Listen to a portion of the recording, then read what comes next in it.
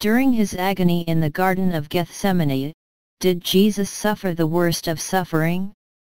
He experienced the anguish, and this anxiety had a physiological effect that the text of the Gospels tells, an effect that some doctors describe. He began to sweat blood and water. That's the mark of something that truly terrorized the psyche so much that the somatic effect happens, and it is attested sometimes.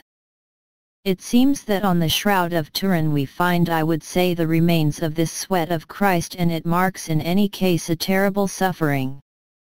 He therefore asks the help of his disciples, "Pray for me not to enter into temptation," and the climate is so sad, so heavy, that they fall asleep, so that an angel from heaven comes to comfort him.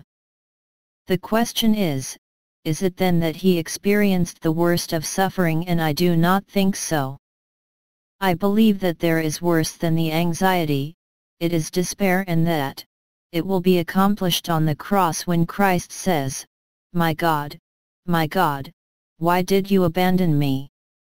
Which indicates that in his experience he has the impression of the absence of God, which is for him the absence of his treasure which gives him life, and that is the ultimate suffering, so everything is accomplished.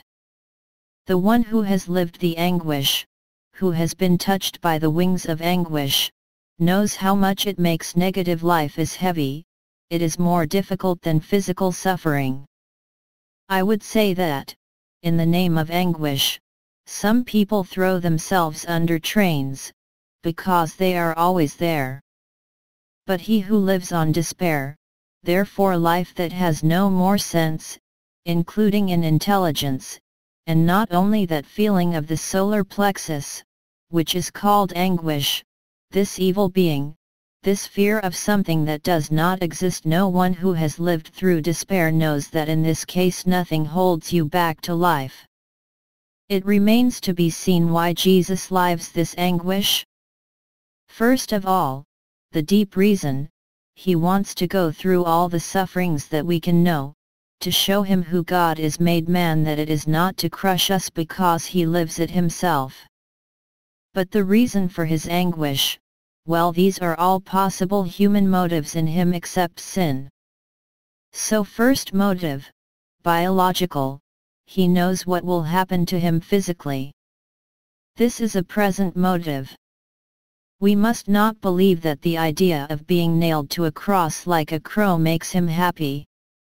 There are the psychological motives, all the affection of his, the memories of his childhood, the absence of his mother who does not know yet that it will happen to him. All this eats him from the inside, as it is the case for us when we are separated from those who support us.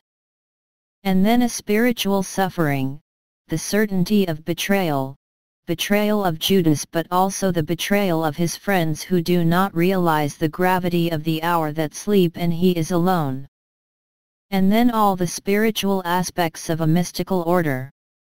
He bears the sin of the world, he wants to carry it to the end, all that man has been able to commit as a sin of weakness, of ignorance, in order to take it upon him, and that men can be forgiven for it.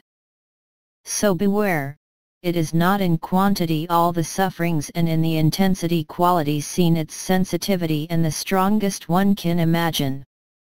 To understand it, if we lightly pique a little girl of 3 years very sensitive with a pin, it will be able to cry, and if we slightly pique a peasant of Yorkshire accustomed to work in the ground, and he will not even realize it. The sensitivity of Jesus is exquisite, and therefore the sufferings are terrible.